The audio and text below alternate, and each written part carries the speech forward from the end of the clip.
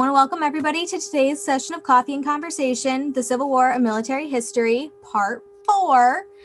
Coffee and Conversation is co-sponsored by Bethlehem Senior Projects, Inc., and this 4-part series is grant-funded by Humanities New York.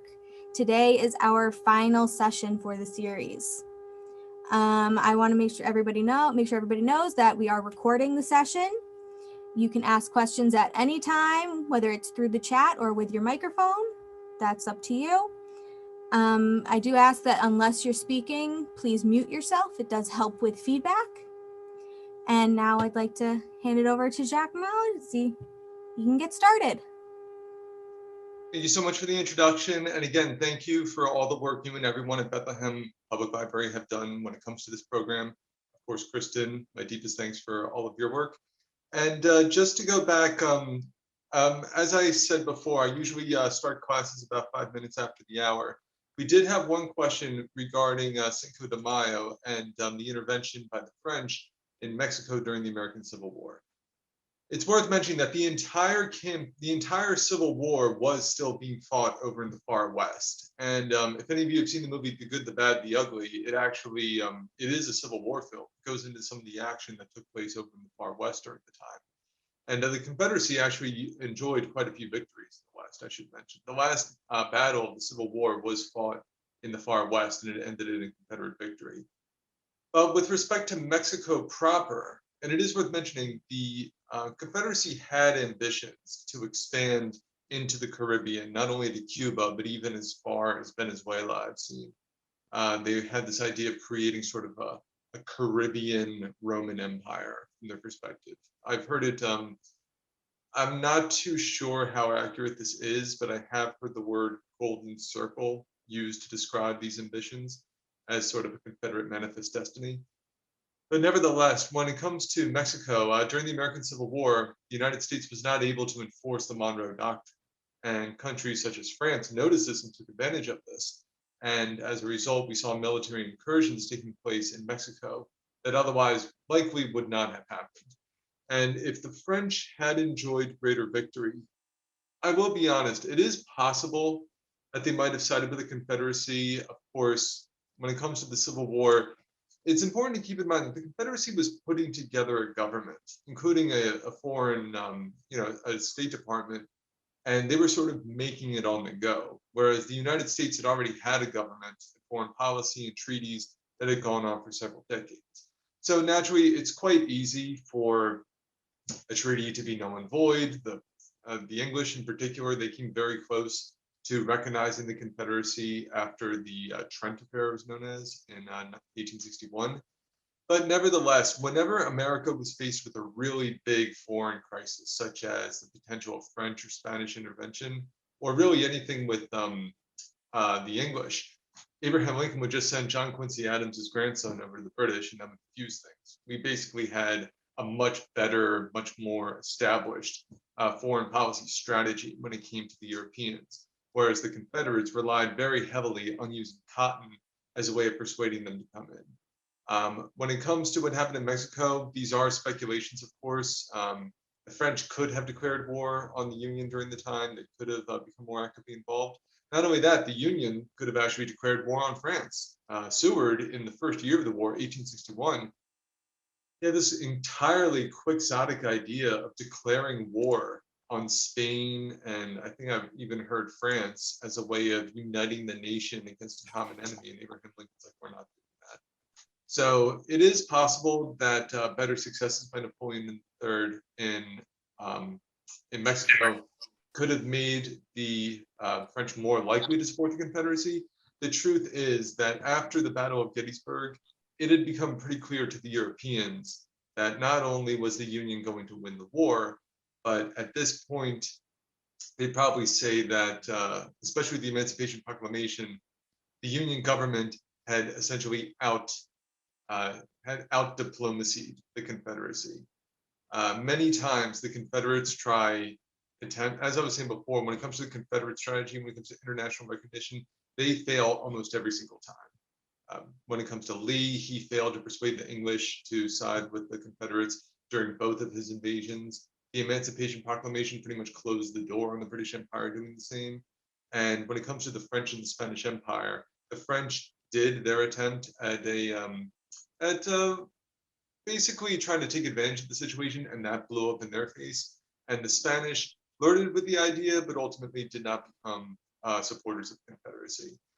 So with that in mind, if Abraham Lincoln's State Department was able to handle all of this with pretty much success after success across the board, I see no reason to suspect that anything otherwise would have happened. If the Confederates had another opportunity for foreign policy success or recognition, based on the track record, I think it's more likely than not the Union would have just been able to handle that.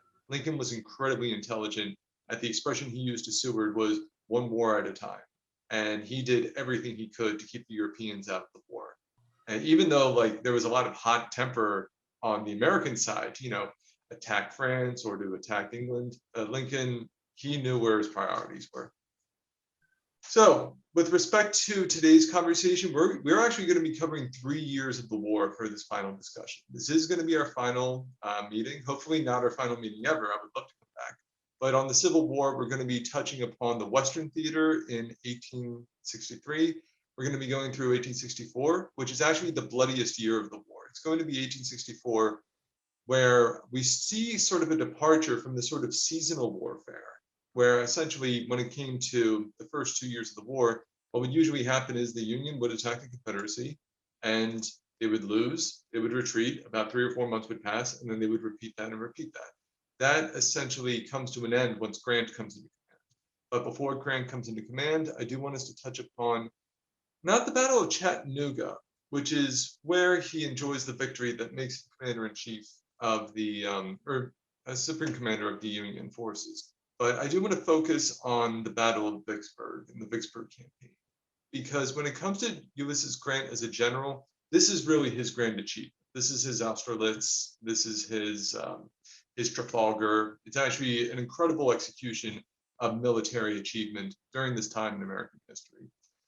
So when it comes to Abraham Lincoln and Vicksburg, just going back to this map, as you can see here, Vicksburg here was the Confederate citadel that was not only one of their strongest points on the Mississippi River, but it was also essentially uniting these two halves of the Confederacy with Texas, Arkansas, Louisiana on the west, and the remaining states on the east.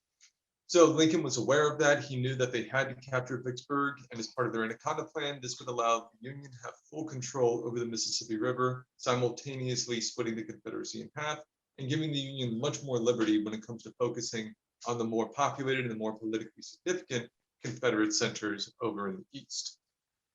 I have over here a fantastic territorial map of Vicksburg during the time. The city of Vicksburg itself would be right over here.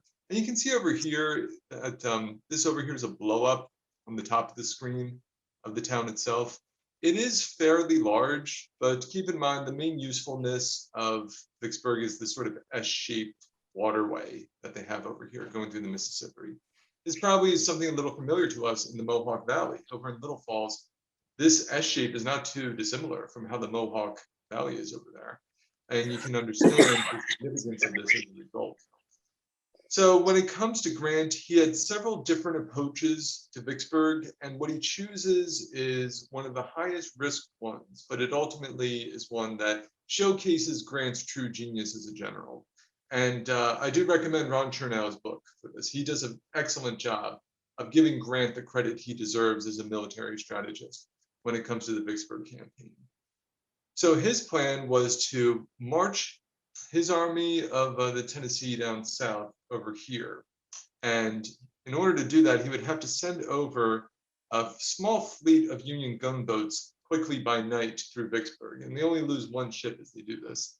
They crossed over here, eventually marched northeast over to Jackson, which is the capital of Mississippi. And then they returned over here and attacked Vicksburg from the west, where it would be much less defended. So all of those, their heaviest guns and battlements, that was really more focusing on the waterway. And Grant ends up going from behind. And he tries numerous times to take the city. He tries doing an all-out attack. He tries doing a mine attack. Eventually, he settles upon besieging them, which is ultimately the successful attempt that he does against them.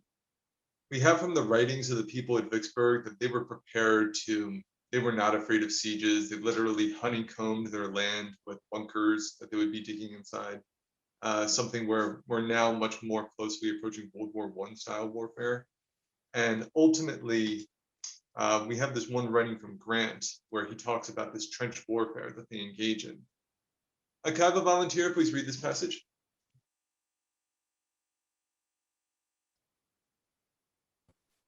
We have our trenches pulled up so close to the enemy that we can throw hand grenades over into their forts. The enemy did not dare show their heads above the parapet at any time, so close and so watchful are our sharpshooters. My position is so strong that I feel myself abundantly able to leave it so and go out 20 or 30 miles with force enough to whip 2 such garrisons. Excellent, thank you very much. This is trench warfare. This is where we're starting to see the military tactics going through their own evolution, finally catching up to some of the technological breakthroughs that the Union and the Confederacy had gone through during the time. And of course, when he's talking about hand grenades, please don't think of the pineapple grenades from World War II. During that, this is more something more like a hand lobbed bomb that you might see in a Looney Tunes cartoon.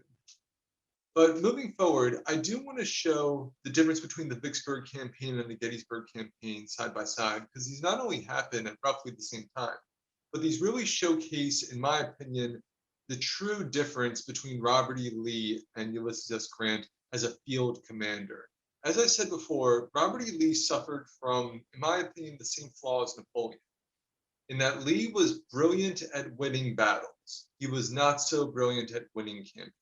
And the example of that is the Vicksburg Campaign compared against the Gettysburg Campaign. When it comes to Vicksburg, everything that Grant planned went without a hitch. He was able to go deep into enemy territory. He, like Lee, took a big risk. And Grant's big risk was getting his ships past Vicksburg during a nighttime attack. A lot of people say that Robert E. Lee, like he was in desperate situations, and for that reason, he took great risk, and those great risks gave him great rewards more often than not. Grant takes a huge risk when it comes to the Vicksburg Campaign, and he's ultimately successful every step of the way. The entire campaign is masterfully orchestrated. When it comes to Robert E. Lee using his Gettysburg Campaign alone, from the very beginning, as I mentioned, Jeb Stuart, who's supposed to be his eyes and ears, literally gallops across the Union lines and is completely cut off from Lee. So as a result, Lee is marching almost blindly into Union territory. Lee was in a position where he was just asking regular soldiers, do you know where Jeb Stuart is? Have you seen Jeb Stuart? Which is sort of very atypical for a senior field commander like that. And ultimately, with this lack of intelligence, Lee not only finds himself at a major intelligence disadvantage when it comes to the Battle of Gettysburg, but he ultimately makes poor decisions when he's over in Gettysburg. He thought that the second day, he gives orders on the first day that are not very clear when it comes to the capture of Cemetery Ridge. During the second day, he considered his attacks to be successful, even Longstreet, even though Longstreet disagreed, Longstreet favored a withdrawal from them. And probably the most important thing is, even when faced with immense defeat, Grant would continue to keep his focus on his enemy. He would retreat towards his enemy. Robert E. Lee suffers a devastating loss over at Gettysburg. And even though this does force him in a position where it's no longer wise for him to keep the attack on his enemy, Grant is someone who never really does a major retreat of his entire army the way that Lee does here. So big difference between the two. Now, continuing on with wrapping up the consequences of 1863, I do want to touch upon the consequences of the Emancipation Proclamation, because we do see one of the first deployment of Black troops over in the Vicksburg Campaign. As mentioned before, oh, yes? Yeah, we have a comment from Andrew who said that Grant was sick at Gettysburg. General Grant wasn't present at the Battle of Gettysburg, I'm sorry to say. So it's probably a misunderstanding. So going on, when it comes to the surrender of Vicksburg, where it's worth mentioning, Vicksburg ends up surrendering on July 4th, which is, of course, the same day as Robert E. Lee's retreat from Gettysburg. So the two of them, I mean, I'll be honest, there's some serendipity in this, but when it comes to Vicksburg, They deliberately chose to surrender on July 4th because they felt they would get favorable treatment for that reason. But nevertheless, the 4th of July is celebrated with back-to-back Union victories, the turning points of both campaigns, Gettysburg and Vicksburg, both happening during this time. So fantastic time for the Union. They never enjoyed such a success before. Now, as mentioned, Lincoln makes the decision to start recruiting African-American soldiers and using them in the battlefield. And initially, he discusses about using them for forts and garrisoning, but he does eventually, and the Union eventually uses them for field combat. As I said before, it's worth mentioning that the Emancipation Proclamation only applied to parts of the Confederacy that were still in rebellion during this time period, or I should say parts of the Union that were still in rebellion. So every blue area that you see here, even those in Confederate Louisiana, the Emancipation Proclamation does not and never does apply to these areas. It applies only to the red areas, which were still in rebellion during the time of its passage. So one of the engagements I want to talk about takes place over here during this bend, about roughly over here, I should say, in the Mississippi River. And it's going to be there at the Battle of Milliken's Bend. Let me just quickly check. Yeah, right over here. It's labeled on here, where we see one of the first major uses of Black soldiers in the engagement. It's about 1,000 soldiers that find themselves in a rather pitched battle. It starts off with a morning attack and results in hand-to-hand combat. They're eventually forced to be pulled back, and eventually gunboats are able to drive the Confederates back. And we have over here some of the first examples of concerns that the Union had. And I want to say these were completely ill-founded and completely racist concerns, that Black soldiers would be cowardly. They thought they might retreat from battlefield. They may not know how to shoot their weapons. The result is the exact opposite. Can I please have someone read this passage here?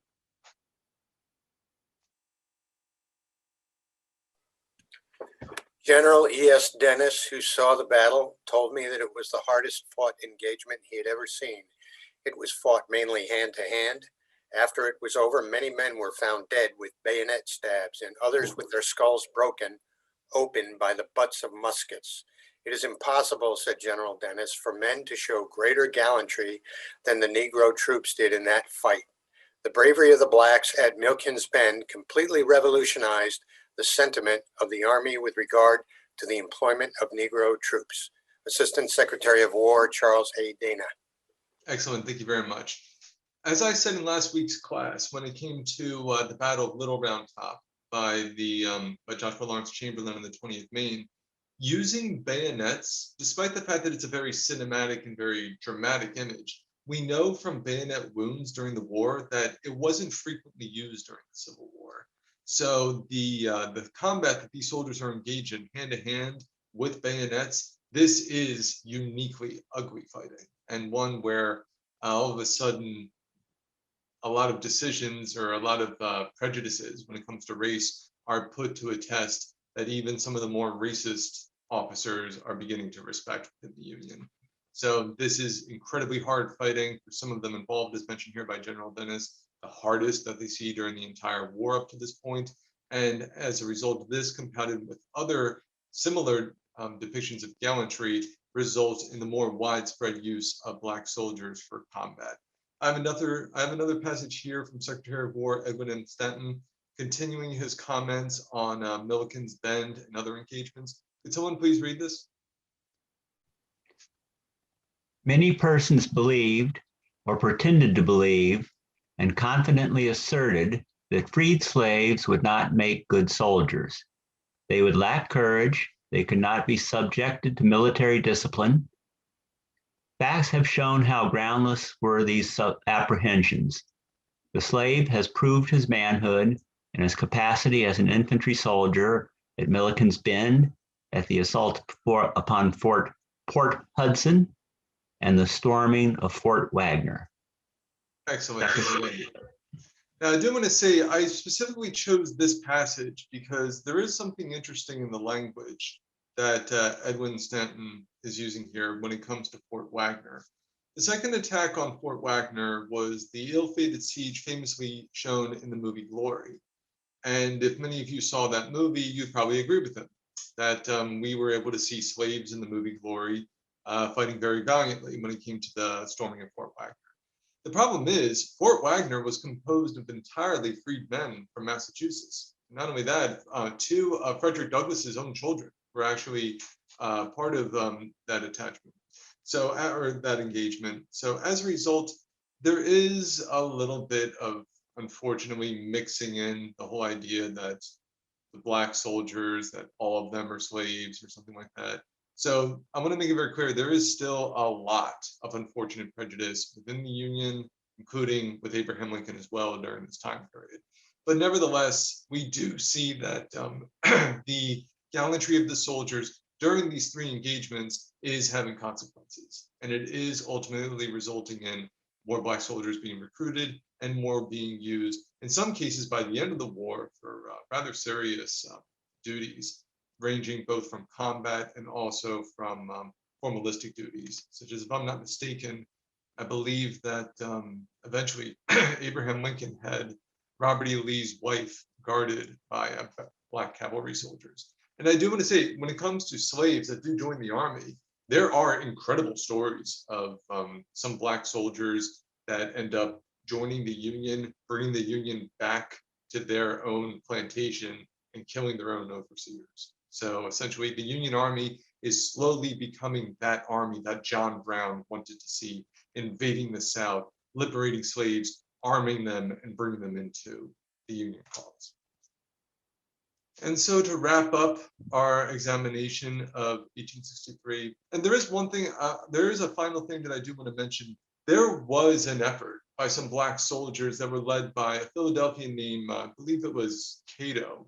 It was either Cato or Cato, who tried to fight in the Battle of Gettysburg. We could have seen as many as several hundred, or even as many as 1,000 soldiers that were given a temporary permission by, I believe it was Stanton, to engage in the Gettysburg Campaign. And unfortunately, through completely racist reasons, they were turned away. Eventually, they were given the permission, but this was after the Battle of Gettysburg had already fought. So we could have actually seen, if two officers in the Union had made a different decision, we could have seen Black soldiers fighting at Gettysburg. Ultimately, none of them end up fighting there. So when it comes to the Gettysburg Address, which Abraham Lincoln gives on November 19, 1863, you can actually see Abraham Lincoln right over here. If I'm not mistaken, this is him sitting down right after having given the speech. Seated directly to his left is one of his famous biographers and bodyguards. And we do have sources for the Gettysburg Address. And this is one of the things I love about Abraham Lincoln. We can actually decode the books that he read when it comes to some of the sources that he most likely consulted. In this case, the Gettysburg Address is heavily based on Pericles' funeral oration, which he gives during the Peloponnesian War. So if any of you are interested, feel free to do a search for this speech by Pericles after this discussion and compare it alongside Abraham Lincoln. And when it comes to the Gettysburg Address, I'm sure so many of you have heard it your entire lives. And let me just think, is anything particularly? Let's just hear it. Does anybody, is anyone willing to volunteer to be president for 1 minute to read the Gettysburg Address? It doesn't take long to read. Part of the reason it's so memorable. 77 years ago, our fathers brought forth on this continent a new nation, conceived in liberty and dedicated to the proposition that all men are created equal. Now we are engaged in a great civil war, testing whether that nation or any nation so conceived and so dedicated can long endure. We are met on a great battlefield of that war. We have come to dedicate a portion of that field as a final resting place for those who here gave their lives that that nation might live. It is altogether fitting and proper that we should do this. But in a larger sense, we cannot dedicate, we cannot consecrate We cannot hollow this ground. The brave men, living and dead, who struggled here have consecrated it far above our poor power to add or detract. The world will little note nor long remember what we say here, but it can never forget what they did here. It is for us, the living, rather, to be dedicated here to the unfinished work which they who fought here have thus far so nobly advanced. It is rather for us to be here dedicated to the great task remaining before us, that from these honored dead, we take increased devotion to that cause for which they gave their last full measure of devotion, that we here highly resolve that these dead shall not have died in vain, that this nation under God shall have a new birth of freedom, and that the government of the people, by the people, and for the people shall not perish from the earth. Thank you, Mr. President. For those of you who are interested, actually, when it comes to applauses, if you were to look at the New York Times's transcript of the Gettysburg Address, it actually includes in there the real-time response from the audience during the time. So we've heard a lot of stories that, we've heard a lot of conflicting information about the Gettysburg Address. And we've heard from some people that Lincoln did not think much of it as a speech. We do know from the most famous orator who actually spoke before Lincoln that he thought it was a fantastic speech. It's very typical of Lincoln. It's short, it's to the point. It uses language that just about anybody can understand. Part of the reason why it is so famous today. And part of the reason is in the 20th century classroom, this was a very advantageous or felicitous speech for children because it was easy to memorize. The language is very to the point. I do want to say, though, that this opening over here is very typical of Abraham Lincoln. This is what I call lawyer Lincoln. What he does is he explains what they're doing, why they are here. If you were to consult any of Lincoln's debates with Stephen Douglas, or if you were to look at his Young Men's Lyceum address, or his first inaugural address, Lincoln very frequently, like a lawyer, he essentially lays a situation. He says, this is what happened. This is why we are here. This is why it is important for us to be here. This is what we have to do as a result. So this is very, very typical of Lincoln. And if you do examine some of his previous speeches, you can actually see some of the original DNA of Abraham Lincoln's Gettysburg Address in those previous works. I just want to say the last full measure of devotion, one of my favorite descriptions in really the English-speaking world when it comes to the sacrifices of soldiers. Fantastic writing over here. And as I said, if it wasn't for one or two different soldiers, if it wasn't for the decisions of one or two different officers, there is a chance that there could have been Black soldiers sharing in this gravesite.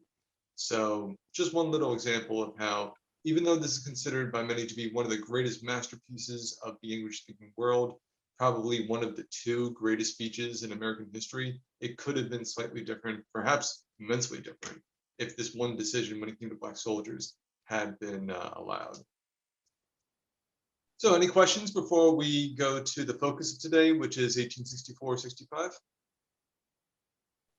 right, thank you very much.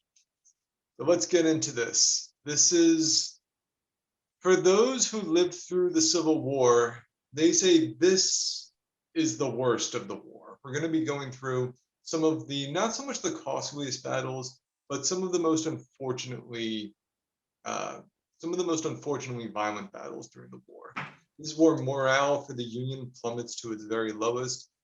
This is where politically the Union comes closer than, in my opinion, ever in the war to actually being defeated in the Confederacy, being defeated in the Civil War when it comes to Abraham Lincoln's re-election campaign. And ultimately, we come to the major turning point that makes it very clear the Union is going to win the war when it comes to William T. Sherman and his Atlantic.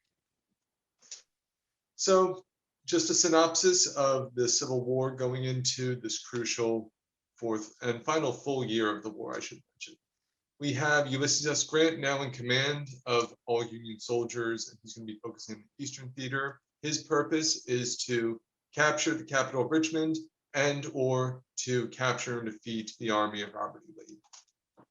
Meanwhile, in the Western Theater, we have William T. Sherman, now in command of, I believe he's ultimately in command in 3 armies, if I'm not mistaken, when it comes to his campaign against Atlanta. And when it comes to Abraham Lincoln, he's running something which at this point had never happened in the history of the democratic world. He's going to be the first chief executive to seek a re-election during a civil war. And every previous republic during this time, Greece, Athens, Sparta, all the classical ones, each one of them eventually deteriorated and collapsed due to civil war. We like to say that America is the only republic that has survived since this time. A little bit inaccurate. San Marino has been around for a while. Little tiny San Marino in Italy. They're actually the longest lasting continuous republic in world history. But going on when it comes to the presidential election, as I said, the Confederates do try many attempts to win the war politically. Each one of them fails, but this is probably the closest they came to succeeding as the war unfolded. And when it comes to this, I have a passage from General Longstreet, who at this point, Longstreet had been very painfully proven right when it came to the need to adopt much more defensive strategies against the Union due to the technological innovations made by rifle muskets during this time. Longstreet writes, if we can break up the enemy's arrangements early and throw him back, he will not be able to recover his position or his morale until the presidential election is over. And then we shall have a new president to treat with. So this is in March during the very beginning of what's going to become Grant's Overland Campaign, which lasts roughly a year and climaxes with the capture of Richmond and ultimately the capture of Robert E. Lee at Appomattox Courthouse. So it's going to be this year that the Anaconda Plan is essentially going to be put into its next step beyond this initial map that I've used for so long. The Union is now in control of Tennessee. The Mississippi River is completely in their hands. They have pocketed throughout the entire southern coast certain forts and batteries going around Florida and the Carolinas. And ultimately, this is where the Union is going to be making its final push for Richmond, which is going to take over a year, but will ultimately be successful. So the map you see here is as the strategy does unfold. As I said before, Sherman, he'll be focusing over at Atlanta. We have General Banks doing an attack on Mobile. And much more significantly, we have General Grant doing 3-pronged attacks into Virginia. We have Sigel going into the Shenandoah Valley. Also worth mentioning, Philip Sheridan, he goes in there as well and completely devastates it. It's no longer useful to the Confederates by the time he's done. And we have Benjamin Butler and Meade, Meade back in command of the Army of the Potomac, but Grant, of course, on top of him when it comes to command of all Union soldiers, doing their attack on Richmond, which is where we're going to be focusing first for the remainder of our discussion. As I said before, when it came to General Grant, he was someone who, when it came to strategies, he would not let a defeat in a battle interfere with an overall campaign strategy. His campaign strategy was to march to Richmond and take Richmond. And ultimately, from his very first engagement with Lee at the Battle of the Wilderness, he suffers a devastating defeat. It's not enough to force him to retreat to Washington, but the question is, this battle is so ugly that it almost demonstrates that it looks like there would have been no loss of life that would have convinced Grant to retreat to Washington, short of, say, the capture of maybe 2/3 of his entire army. So the Union, as they're en route, they actually pass through roughly the same wooded lands that the previous year, the Battle of Chancellorsville had fought in. You can actually see Chancellorsville on the map right over here. Part of the reason why this is considered such a horrific battle, there's many reasons. This battle is basically a horror movie when it comes to civil warfare. One of the reasons is because the Battle of Chancellorsville had been fought here the previous year. As a result, many of the bodies were in shallow graves. A year had passed. There had been winter and erosion. And in some cases, soldiers were not only fighting amongst bones from the previous year. There's one account, at least one account, of a soldier recognizing one of the deceased skulls because of its teeth and its location on the battle site. So just keeping in, before shots were even fired, this is the environment when it comes to the Battle of the Wilderness. So going through, see here the Union is en route, passing through to Richmond. The Confederates engage them in the wooded lands of the Wilderness and ultimately make combat with Ewell and A.P. Hill. The Union is forced to abandon their march to Richmond and to engage them in the forested land. During this time period, or during the time as it's unfolding, this is the actions on May 5th. You can see over here that the soldiers are engaged in some cases hand-to-hand combat, which again is very violent. Keep in mind, this is taking place in a heavily wooded land. So this means in many cases, soldiers are unfortunately going to be firing on each other. You're going to have things such as the tinder that they use when it comes to firing their rifles. That's going to be landing in the forest and it's going to be causing forest fires. Hundreds of soldiers in the Union, at least, are going to be burned alive as a result of these fires. They're going to be happening in the wilderness. And casualties for both sides are high, but for General Grant, casualties are much higher than what Lee suffers as a result. For any other engagement, if any other general from the Army of the Potomac's history, had it been Meade, had it been Joe Hooker, had it been, his name escapes me, Pope, they probably would have retreated if they suffered these casualties. I have one passage over here. Could someone please read this? In the wilderness, numbers meant little. Visibility was limited, making it extremely difficult for officers to exercise effective control. Attackers could only thrash noisily and blindly forward through the underbrush, perfect targets for the concealed defenders. In the near jungle, the Confederates had the advantages of being, on the whole, better woodsmen than their opponents and of being far more familiar with the terrain. Federal commanders were forced to rely upon maps, which soon proved thoroughly unreliable. Thank you Colonel very Vincent much. J. Esposito, West Point Atlas. Excellent. Thank you very much. Does this sound familiar to anybody when it comes to military history in the United States? I see some of you nodding your heads. What does this remind you of?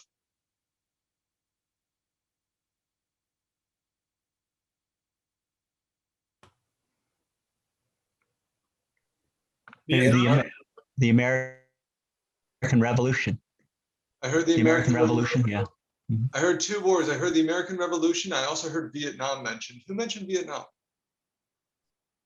That was me. Why did you say that?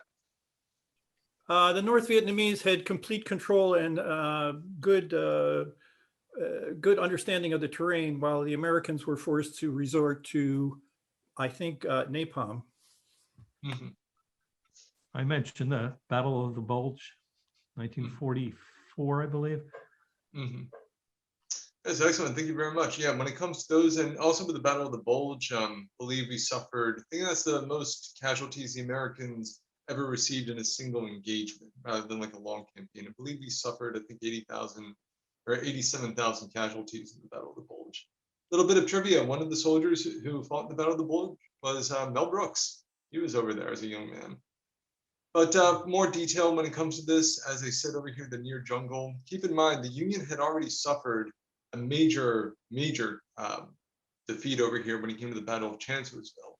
Part of the reason was because of how little they understood the force and how the Confederates, some of them actually being from this part of Virginia, were able to navigate their way through here.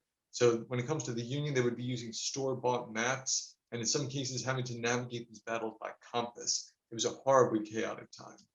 And as mentioning, with the fires that were happening, you're going to have soldiers unfortunately burning alive. You're going to have supplies getting lost, sometimes captured by the Confederates, more times just lost in the fire. It's going to be complete chaos. And this is the beginning of the Overland Campaign. For any other general, this would have been the end of their attempt on Richmond, but not Grant. And this is really, as I said, this is the doggedness that really is ultimately able to bring the Union to victory. Despite these horrific scenes that they're encountering in their first engagement, he does what is very typical of Grant. He retreats towards the enemy. And thus, we see the Overland Campaign continuing, advancing towards Richmond, even though after battle, Grant is continuously suffering casualties and hemorrhaging some men. The difference between him and Lee is that for both sides, and by the way, there's a huge misunderstanding that Grant was, the butcher, they sometimes called him, that he was shamelessly throwing men into the meat grinder. Grant was someone who, when it came to the loss of life, he wouldn't even eat a steak unless it was completely well done and there was not a spot of blood on it. He was someone who was incredibly sensitive to any kind of injury to people as well as animals. But when it comes to these battles in particular, it's just, again, Chernow, he explains it better than I do. And if you read his memoirs, you'll just be able to see just how completely laser focused Grant was on his purpose during this time. The emotional turmoil that he was going through during this time, it required Herculean control in order to continue his advance. And as I said, unlike the previous campaigns during the war, which were usually seasonal, Grant is now bringing continuous war against the Confederates, as well as against his own soldiers in the Army of the Potomac. So the psychological toll on both sides is incredibly high. He's demanding more of his soldiers than at any time during the war. And it's such a shame because when it comes to the Army of the Potomac, we're going to be seeing some cases heroes from previous engagements, whole regiments that had survived at Gettysburg, survived all the previous engagements. Some of them are going to be very quickly killed during these subsequent battles I'm going to go into. One of them, Cold Harbor, which you can see here, takes place just outside of the gates of Richmond.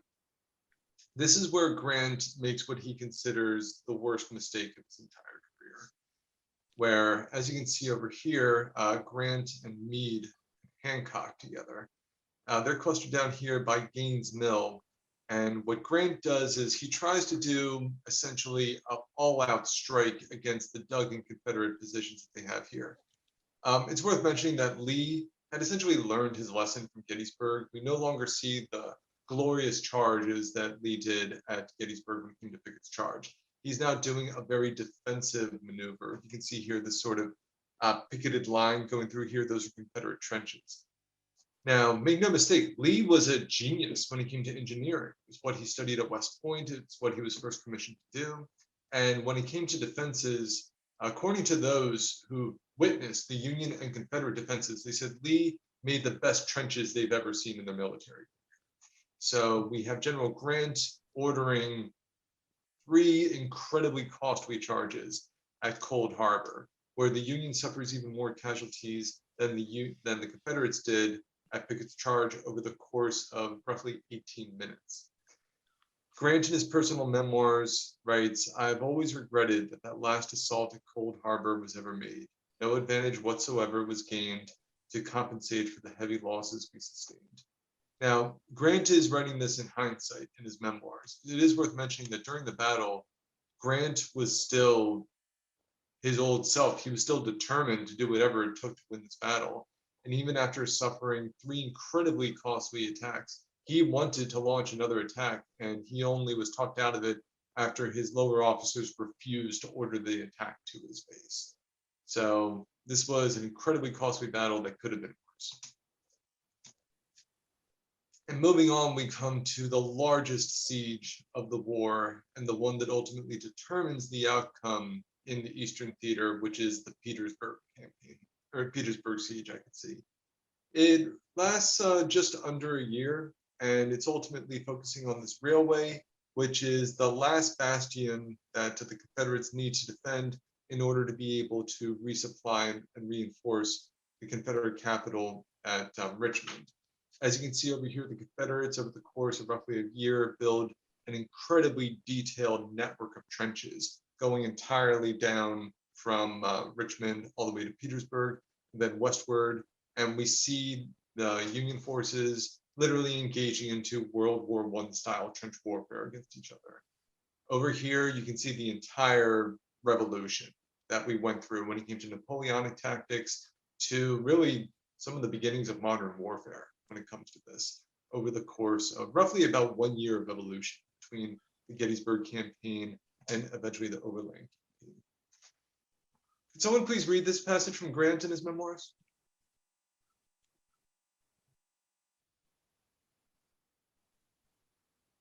The Army of Northern Virginia no longer wanted to fight them 1 Confederate to 5 Yanks. Indeed, they seem to have given up any idea of gaining any advantage of their antagonist in the open field. They had come to much prefer breastworks in their front to the Army of the Potomac. Thank you very much. Now, one thing I do want to say is, I'm sure many of you have heard at some point in your lives the sort of the maxim that the Union had the better, that the Union had the better army, but the Confederates had the better generals. The truth is, when it came to the incompetence of Union generals when weighed against Confederate generals, unfortunately, most of the incompetence was really just focusing on the Army of the Potomac. If you look at the rest of, say, the Western theaters, we had incredible generals throughout the entire country, and we never in the West suffered anyone as devastating for the Union as, say, General Bragg was for the Confederates. So even the Confederates thought he was a terrible general. We never saw anything akin to this disagreement over leadership, what that Lincoln has with Grant near the end of the war, that Confederate President Jefferson Davis has with his generals throughout the entire war. And ultimately, when it comes to Grant, with his decision to launch nonstop war against the Confederates, he's now breaking, successfully in this case, he's starting to break into the Confederate myth that one soldier was as good as 10 Yankees on the battlefield. So this is meant to be psychological warfare, what he's doing. Naturally, General Sherman takes it much, much further with what he does to Atlanta and South Carolina. But nevertheless, the reason why I'm mentioning this with respect to military science is because I'm using this as some evidence to disprove the superiority of Confederate generals. The Union essentially evolved faster than the Confederates did. And when it came to the Confederacy's adaptation of more modern warfare, it's something that is forced upon them by the Union. Make no mistake, the Union still makes enormous mistakes when it comes to Grant and his attacks over at Cold Harbor. But nevertheless, I'm using this as evidence, and there is fantastic writing on this, how when it comes to modernizing their military and using techniques that were much more appropriate to the technology at the time, the Union beats the Confederacy to it. But nevertheless, as I said before, Robert E. Lee, despite his enormous reputation as a field commander when it comes to attacks, we are actually going to see, in my opinion, his greatest sign of genius as a commander, which is when it comes to defenses. What you see here are Union defenses at the Petersburg siege. And so this is the Union line. This is the Confederate line. This is how it was. I see some of you shaking your heads in disbelief. I showed this to some of the JROTC cadets at Albany High School, and the cadets whistled and gasped over just the difference that you see over here between a simple corduroy log formation to this, literally this standardized system that they've created over here when it comes to sticks that would be not only serving as spikes and defenses, but would also be filled with earth. It's worth mentioning that so many people think about forts as just being these log forts during this time period. The more valuable forts during this time are the earthen ones because they can take a lot more abuse, require relatively less resources, and they do allow for much more freedom when it comes to trench warfare. So what you see over here, just picture dozens of miles of this, just stretching north to Richmond and to the west. This, in terms of military science, my opinion, this is Robert E. Lee at his most intelligent. So as I said before, when it comes to the trench warfare that these two forces engage in, there's many attempts to sort of circumvent the opponent, which is to build your trench around their trench so that you can have them in a position where they can't build any longer, and you can envelop them and cut off their supply lines, specifically this railroad that is coming into Petersburg.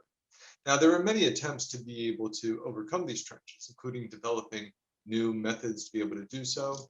And it is worth mentioning that so many of those attempts, including one attempt by, there was one ingenious attempt to actually use a corps of miners from, I believe it was Pottsville, Pennsylvania, to actually dig underneath the Confederate trenches and lay a huge payload there that they would blow up. The Union actually tried that earlier over at Vicksburg and it was unsuccessful. They tried it again at Petersburg and it was unfortunately less successful. It's known as the Battle of the Crater. So as a result, Lincoln, he's up for re-election. He's wagering not only his presidency, but possibly the entire republic's future on his successes, Grant is not able to give him one thus far in the Eastern Theater. Thus, the entire ball falls upon General Sherman and his attempts on Atlanta. Sherman is an interesting guy. If you read writings about him, he is unfortunately as horribly racist as you might have heard about him. He had a devil in him, but he was someone who absolutely hated politicians, and as much as he hated politicians, he hated Confederate politicians more than Union ones. So fortunately, he ended up fighting for us. So when it came to Sherman, who it is worth mentioning, just to get into his psychology, he was from Ohio. He was someone who, when it came to his personal psychology, he was considered to be insane by his superior officers at some points. We do know that he was suicidal, unfortunately, when it came to frustration or depression he might have suffered. We don't know enough to clinically diagnose him. But what is very interesting is when it came to the Confederacy, he was particularly outraged at the whole idea of them seceding for the purpose of preserving slavery. For him, he viewed that as just ultimately the biggest insult to the United States. The idea that they wanted to preserve what was this dying economy, and they were willing to literally destroy the bond between the North and the South to do so. So that was something where he thought there was something wrong with Confederate psychology when it came to that. Not simply the officers or the lawmakers, but the individual person. So for that reason, he chooses, and he does this, it's worth mentioning, with the blessings of Grant and Abraham Lincoln, to launch what is basically not only a military, but also a psychological attack against the individual Confederacy. This is the beginning in American military science of modern warfare. He's essentially understanding that wars are not simply fought by soldiers, they're also fought by farmers that are supplying the soldiers. They're fought by, railroads that are bringing them in and animals that are being used for slaughter. Basically, every single part of the Confederacy is being used for wartime purposes. Thus, they need to adapt their strategy in order to defeat any aspect of the Confederacy that could possibly be used for warfare. And it is worth mentioning that I love how this is on Christmas Eve. This message from Christmas Eve from General Sherman right before the war started, he makes it very clear, you people of the South don't know what you're doing. This country will be drenched in blood, and God only knows how it'll end. You people speak so lightly of war. You don't know what you're talking about. War is a terrible thing. You are rushing into war with one of the most powerful, ingeniously mechanical, and determined people on earth right at your doors. You are bound to fail. Just picture him saying, Merry Christmas, General Sherman. So as I said, it's that mentality and really his hatred of war. He does, even after his career, he describes war to the cadets at West Point as being hell. Something that he says, some of you have ideas of glory. War is absolute cruelty. And the psychology that he uses is a little bit like Grant, only much more intensely. He wants to make war so terrible for the South that they will not want to do it or do it in the future during peacetime. So this is his attempt. This is his very crude attempt to be using political warfare against the Confederacy. So when it comes to the Atlanta campaign, as with Ulysses S. Grant, we see him very slowly advancing his enormous army, which it's worth mentioning that Sherman, his army at this point is state of the art. Some of the soldiers have Henry repeater rifles that could fire over a dozen bullets in quick succession, just doing pump action loading.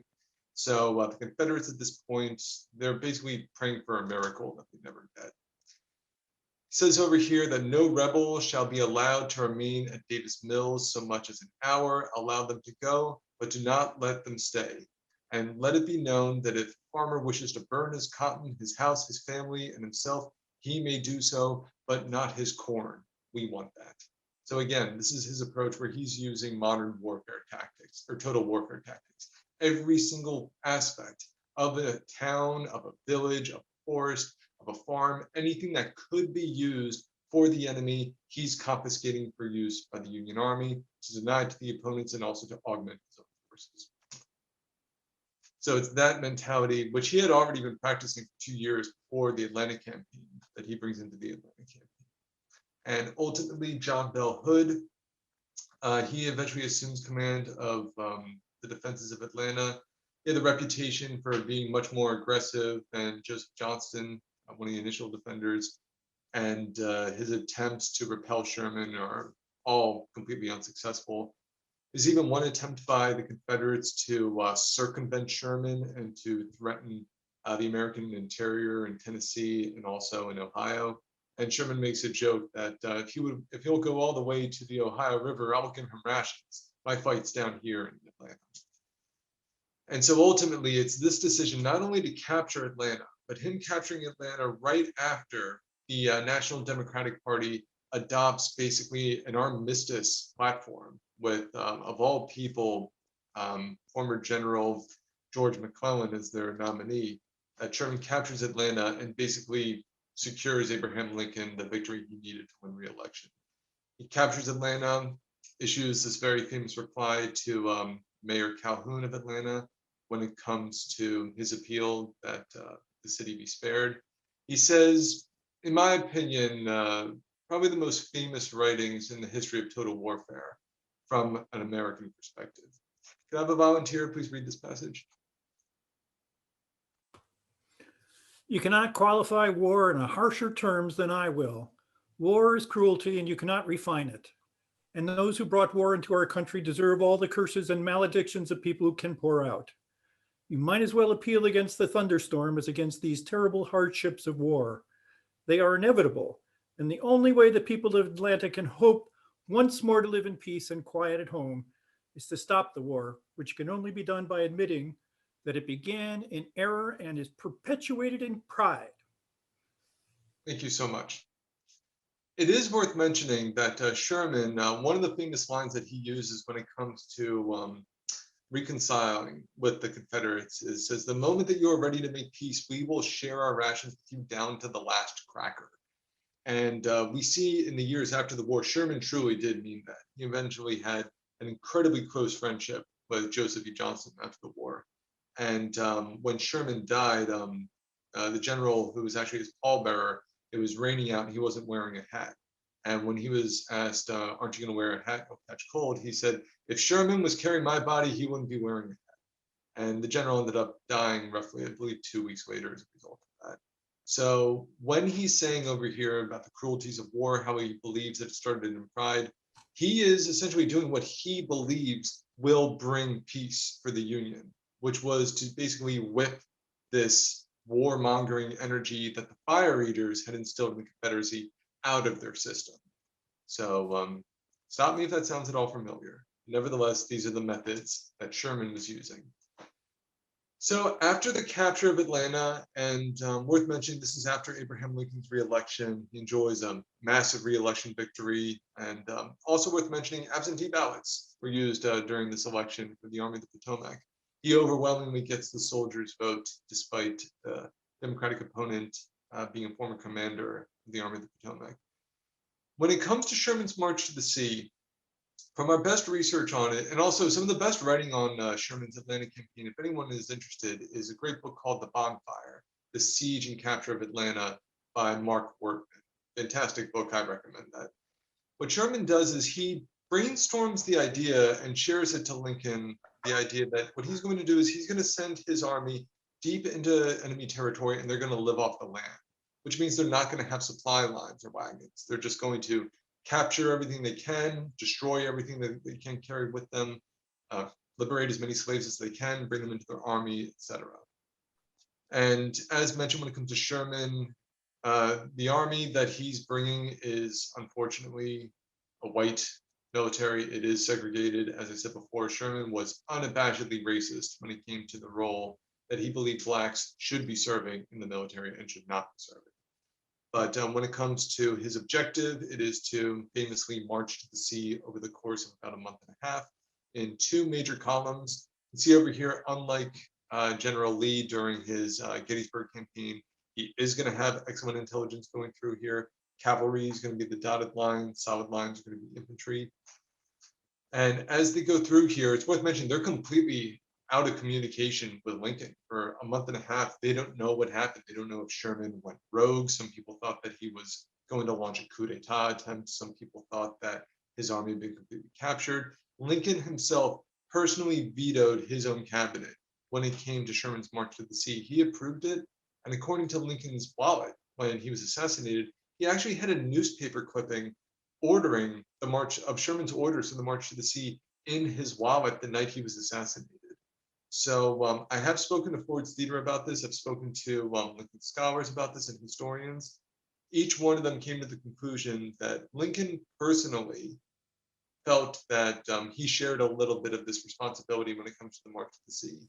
And it was something that he did personally keep very close to him, in the sense that this was a very bold and very brilliant move by General Sherman during the Civil War. I have the orders over here. Unfortunately, we can't go in them in full detail because of time. If anyone is interested, you can just Google this. Special Field Order number 120 goes into the detail of the March to the Sea, how civilians will be treated.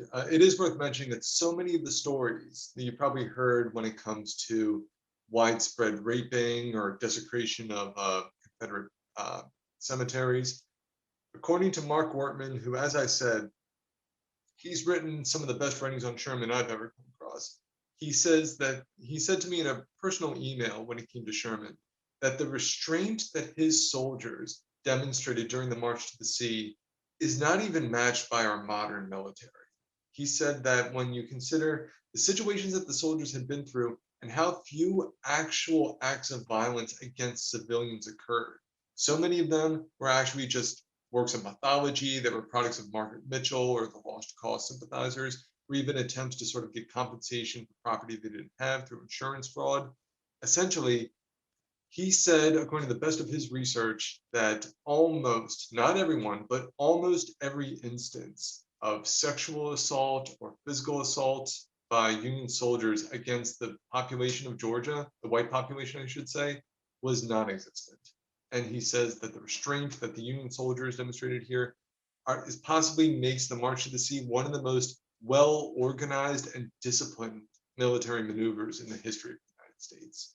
So Mark Wortman, please read that. It goes into fantastic detail about the command that Sherman had over his soldiers and how closely they followed him and obeyed him to the last years of their lives after the war. And so going through here, they capture Savannah. Famously, Sherman offers it to Abraham Lincoln as a Christmas gift, and then eventually he invades North Carolina. Make no mistake, Sherman has a different approach with North Carolina. North Carolina was the first state that seceded during the Confederacy. And he very seriously blamed South Carolina for the entire secessionitis, as they called it, that spread throughout the entire South. He does much more economic damage when it comes to South Carolina. And one of the famous things that he does as he goes through South Carolina and also Georgia is they actually heat up the railroads that they come across, and they bend them around trees or poles that they come across. They call them Sherman's neckties, basically making the railroads impossible for the Confederates to use in the future. It is worth mentioning that at this point in the war, it's unlikely these railroads would have been used by the Confederacy to do a rear attack against Sherman, but nevertheless, this is part of their order to launch total warfare against the Confederacy. And what's particularly interesting is by the time they start going north from Savannah to South Carolina, I don't know if any of you have ever visited part of the country, but there's quite a lot of marshlands down there.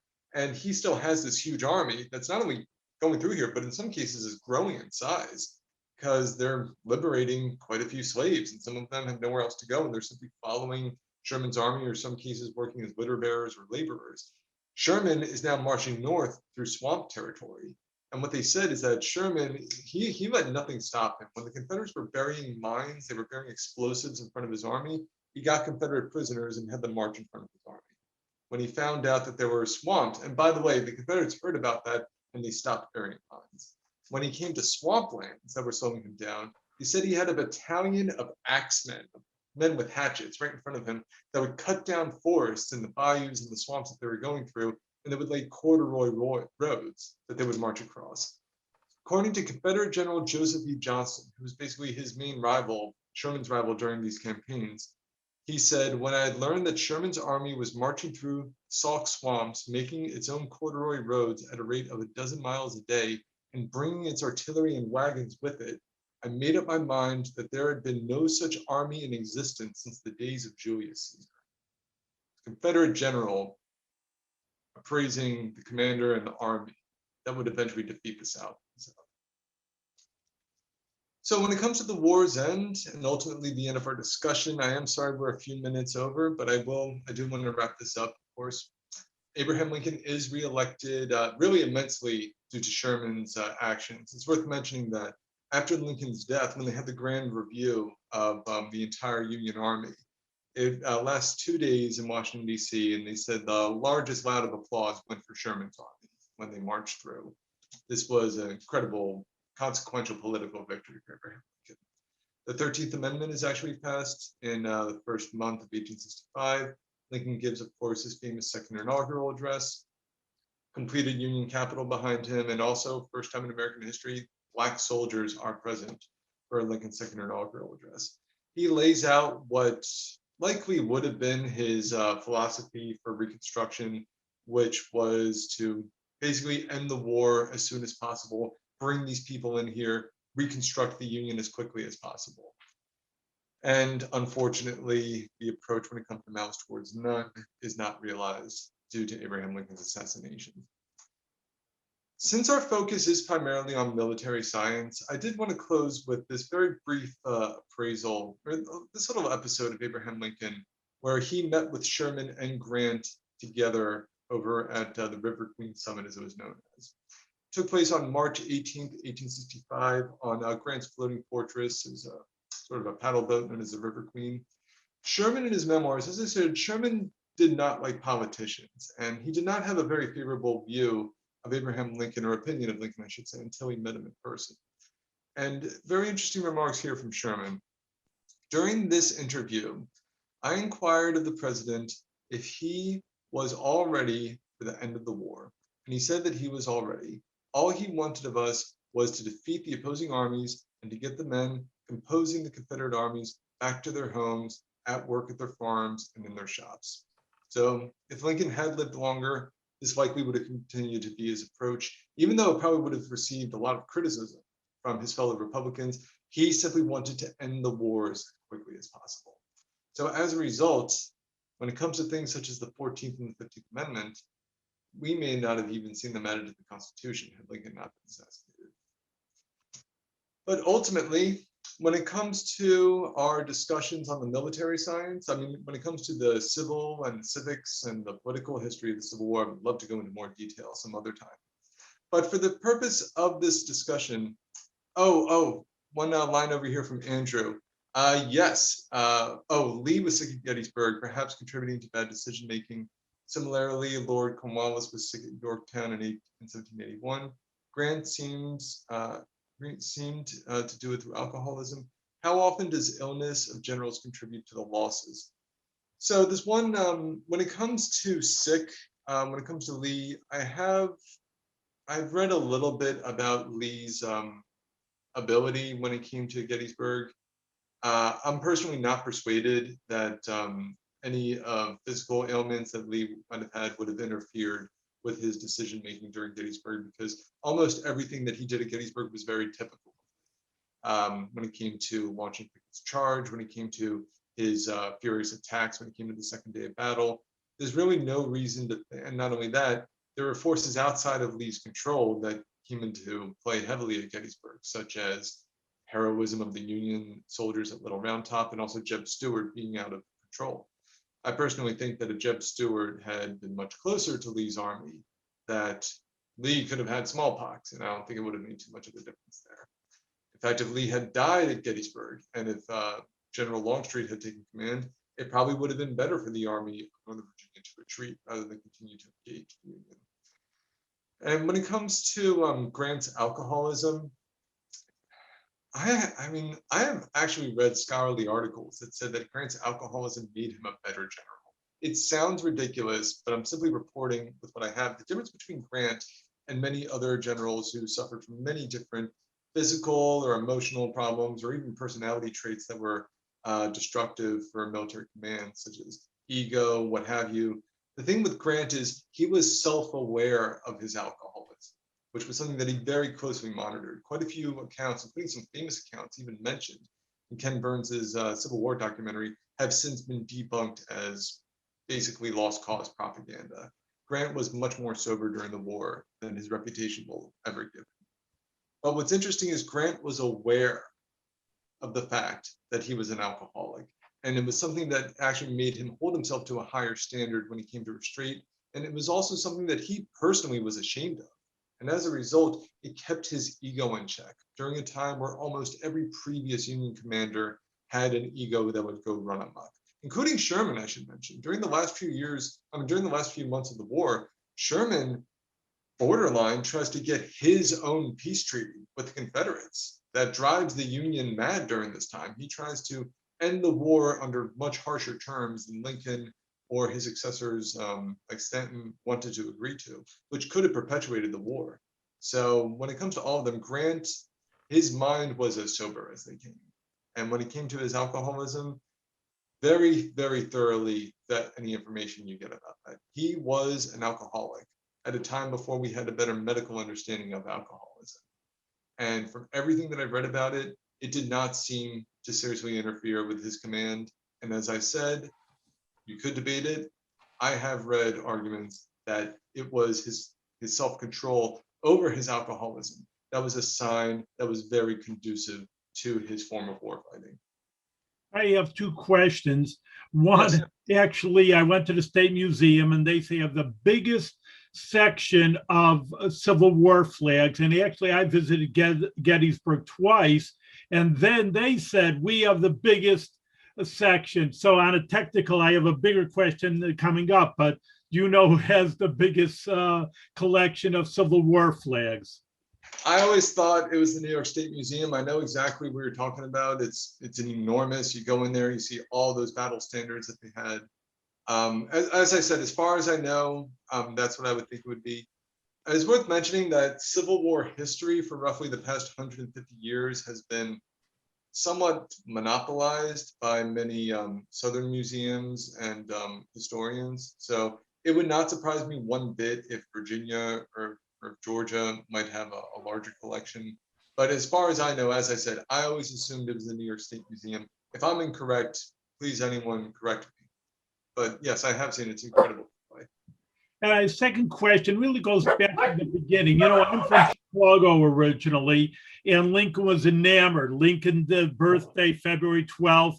It was a major idea, but still saying all that, sometimes I think, you know, could he have, would maybe a different politician and a different person would have maybe not made a civil war? I mean, you know, he's, of course, is everything you say. He kept the Union together and he was great.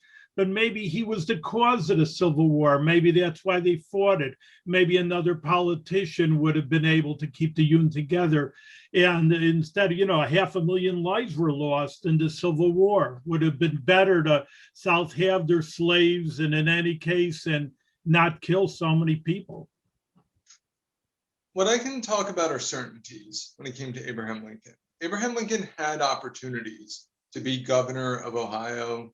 He had opportunities to pursue non-presidential positions. Abraham Lincoln was someone who was very good at politics and someone who, when it came to electoral losses, he was very good at losing upward, by which I mean losing one campaign, then running for something better. If he was president under peacetime, let's say, he probably would not have been tested as much as he was during the American Civil War. But he still had something that was not going to change. Abraham Lincoln was an incredibly good learner. And that was something that was part of him his entire life. And it was actually the challenges of the Civil War that we really viewed this as an opportunity to see him changing when it came to moral issues such as slavery. But the truth is, if he was president during any time, it would have been out of character for him to not be someone who benefited from the experience, both personally and politically, when it came to his leadership. When it comes to whether the Confederacy seceded because of him, the Civil War, in my opinion, and many people's opinions, was inevitable. John Brown had realized the worst fears of the Confederacy, or the subsequent Confederate states, which was that the slaves were going to arm themselves and overthrow the country.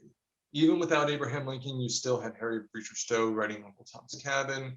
You still had the Dred Scott decision. We still saw these incredibly. You still had the fugitive slave law and debate over that. So all of that together coupled with fire eaters. Again, fire eaters being the Southern politicians who basically were saying, burn it all down, destroy the Union, make our own country. We're better than them. Like, one Confederate's as good as 10 Yankees. They had already poisoned the mind of enough Confederate lawmakers to the point that secession was becoming an animal on its own. And Abraham Lincoln literally did every single possible thing he could have to prevent the South from seceding. He was willing to legalize slavery. He was willing to protect that basically that floundering republic that he had inherited. He was willing to preserve the Dred Scott decision, all those decisions, the fugitive slave law. He was willing to keep that union together and be its president and its defender if the Confederates would not secede. And even with that much of a capitulation, I'm not even going to say conciliatory, even with that much of a capitulation mindset, the Confederates wanted nothing to do with it. That's because of the fire eaters getting in their ear. They wanted to form their own country. And if it didn't happen under Abraham Lincoln, it probably would have happened more successfully under someone else. All right, thank you very much. That clarifies a lot for me. Thank you. My pleasure. Any other questions or comments? Yeah, Giacomo, to what extent, and this is, not an easy question, I'm sure. I like hard questions. Okay. So to what extent do you think the so-called Civil War was actually more accurately characterized, or should be characterized, as a geographical war between the states versus a traditional civil war? And by that, I mean a truly civil war is, as you know, historically, is the most bloody form of war. It's usually neighbor versus neighbor, and it's inter-regional, such as France or Russia during their revolutions. Mhm. Whereas, and I know there was some brother versus brother conflict in the U.S. Civil War, but by and large, isn't it more correct to say that it was in fact a geographical war between two major regions, or between the states, if you will, as opposed to a traditional civil war? Well, first of all, when it comes to, and thank you for asking that question, when it comes to formalities, and again, this is a tough question. I like starting off with certainties, almost as if if this was a trial, what's the evidence that I can definitely bring to the trial? So first things are the language that was used by those who fought the Civil War. Abraham Lincoln, during his Gettysburg Address, he could have described it as an insurrection. He chose to describe it as a civil war because that is how the public recognized it as. So for those who lived through it, those who had been familiar when it came to the civil wars of ancient Rome or ancient Greece, they felt that this was something that they as a republic were living through that was similar to that before. Worth mentioning, each one of those ended in the collapse of that republic.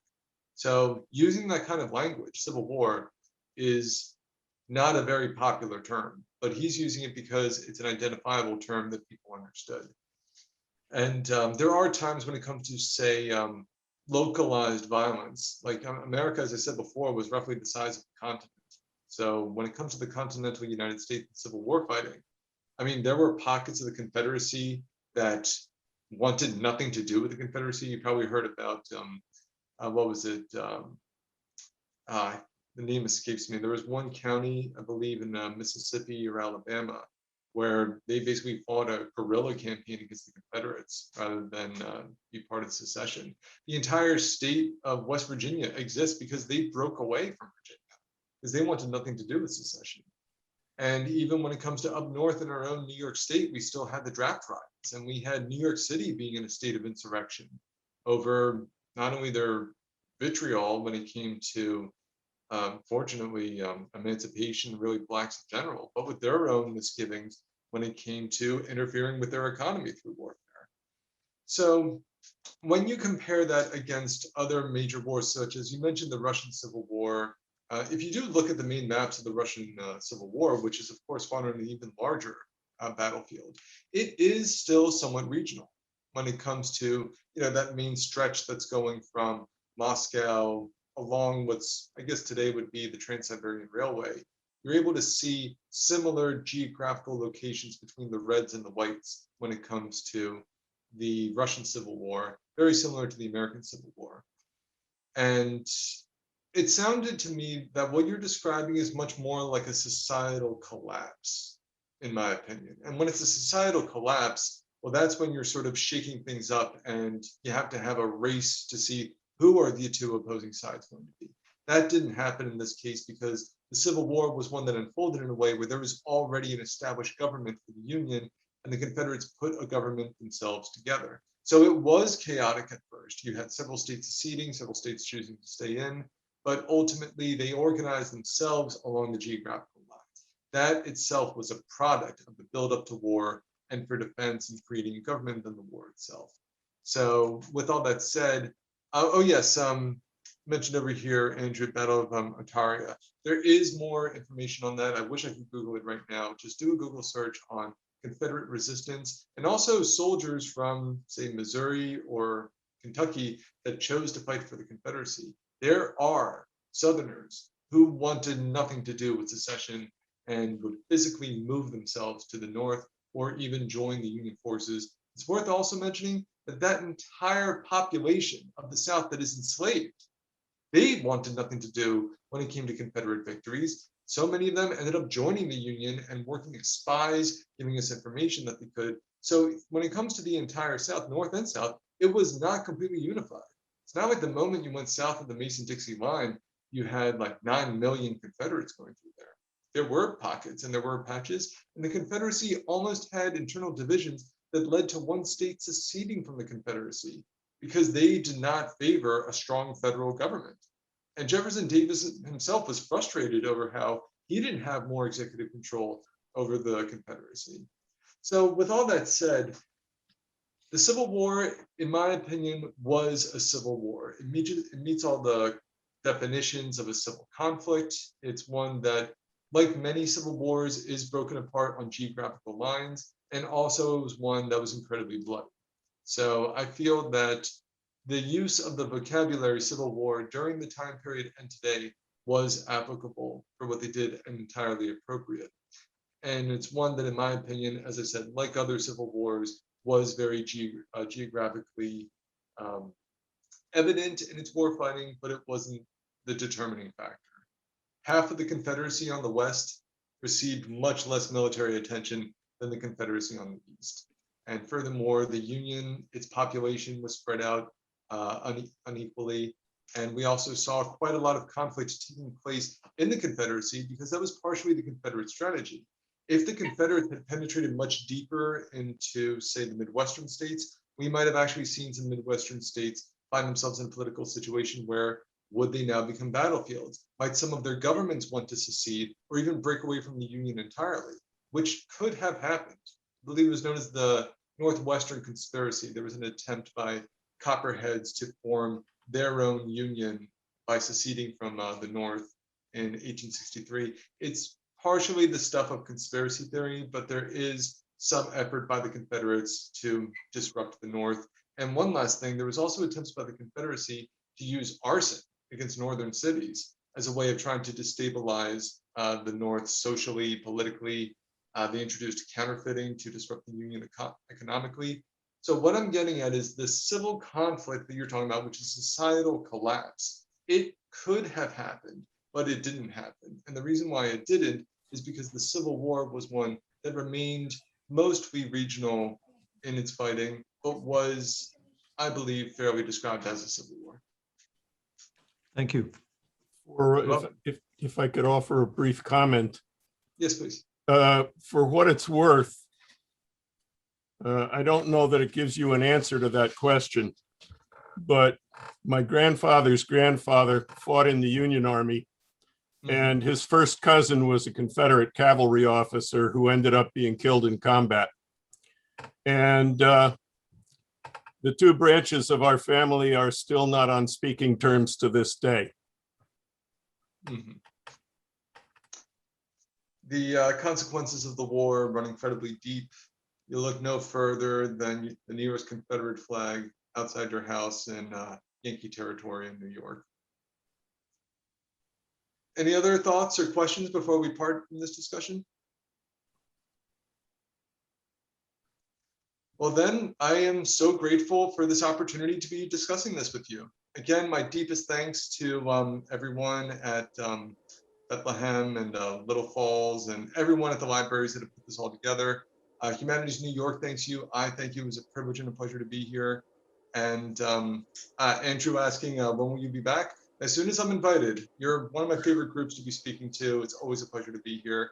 If any of you have any suggestions for what we could be discussing in the future, please just forward this to the librarian. Let them know your thoughts, your feedback. We could offer any programs like this in the future, and I would be delighted to. Until then, thank you so much for this opportunity. Privilege and pleasure. Thank you so much. Thank you Thank very you. much. Yes, and if anybody has any comments or suggestions for next time, you can send them straight on to the information desk at the library or to me at mary@bethpl.org, whichever. That's great. I would love to hear your comments if you have any.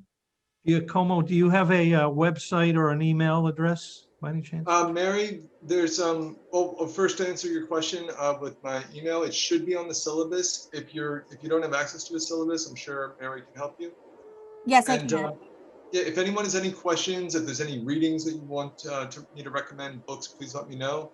Otherwise, Mary, to you and everyone at Bethlehem, thank you for all of your work on this. It was a wonderful opportunity. Kristen as well, wherever you are, thank you so much for all that you've done. I remain at your service. This is wonderful. Thank you. All right. Have a great day, everybody.